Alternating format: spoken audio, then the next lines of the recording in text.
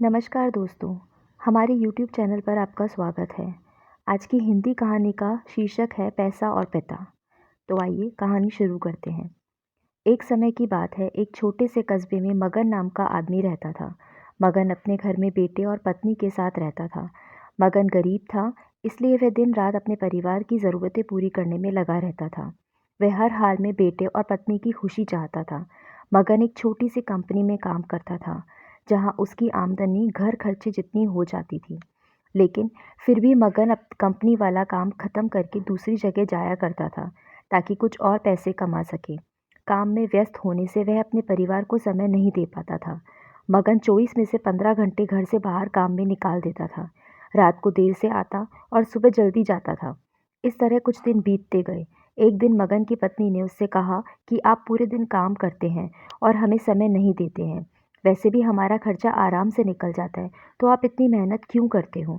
हमारे पास जितना है उसी में हम खुश रहना चाहिए। इसलिए आज हम तीनों कहीं घूमने चलते हैं। तब मगन कहता है कि बस कुछ समय मुझे और मेहनत करने दो, फिर आराम ही आराम है। इस तरह मगन मेहनत करने में लगा रहता है।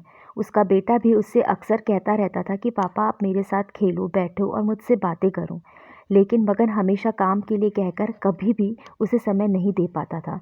कुछ समय और बीता। अब मगन की किस्मत चमकी। मगन की नौकरी जिस कंपनी में थी, अब उसका मालिक मगन को मैनेजर बना देता है, क्योंकि मगन काफ़ी समय से वहाँ काम करता था और अब वह मालिक का विश्वास पात्र बन गया था। मैनेजर बनने के बाद मगन बहुत अमीर हो गया। उसकी आमदनी अच्छी खासी थी। अब वह कुछ भी खरीद सकता था। उसकी गिनती धनी लोगों में होने लगी। पत्नी और बेटा बस एक बार कोई चीज़ मांग लेते तो वह तुरंत हाजिर कर देता था। एक दिन बेटा और पत्नी दोनों मगन में बहुत ज़्यादा जिद करते हैं कि वे तीनों समुद्र के किनारे घूमने चलें। मगन कहता है कि ठीक है, आज चलेंगे, लेकिन मुझे कंपनी में थोड़ा काम है, इसलिए तुम दोनों समुद्र के किनारे पहुंचो। मैं सीधा कंपनी से काम ख़त्म करके पहुंचता हूँ। पत्नी और बेटा दोनों वहां चले जाते हैं। तभी समुद्र में बहुत बड़ी सुनामी आ जाती है और आसपास के लोगों का भी बहा ले जाती है। पत्नी और बेटा दोनों पानी में बह गए। जब मगन वहां पहुंचता है तो ऐसी हालत देखकर घबरा जाता है। उसने हर जगह देखा, लेकिन सब कुछ नष्ट हो चुका था। उसे यकीन हो गया कि उसकी पत्नी और बेटा भी बह गए।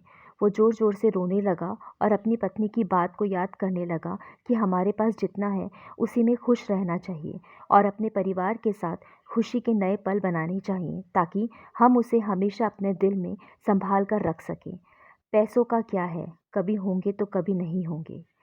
तो दोस्तों, इस कहानी से हमें सीख मिलती है कि हमें संतुष्टि प्रवृत्ति का होना चाहिए। दोस्तों, अगर आपको यह कहानी पसंद आई हो तो लाइक एंड शेयर ज़रूर करें, और इसी तरह की कहानियों को सुनने और पढ़ते देखने के लिए हमारे चैनल को सब्सक्राइब करना ना भूलें।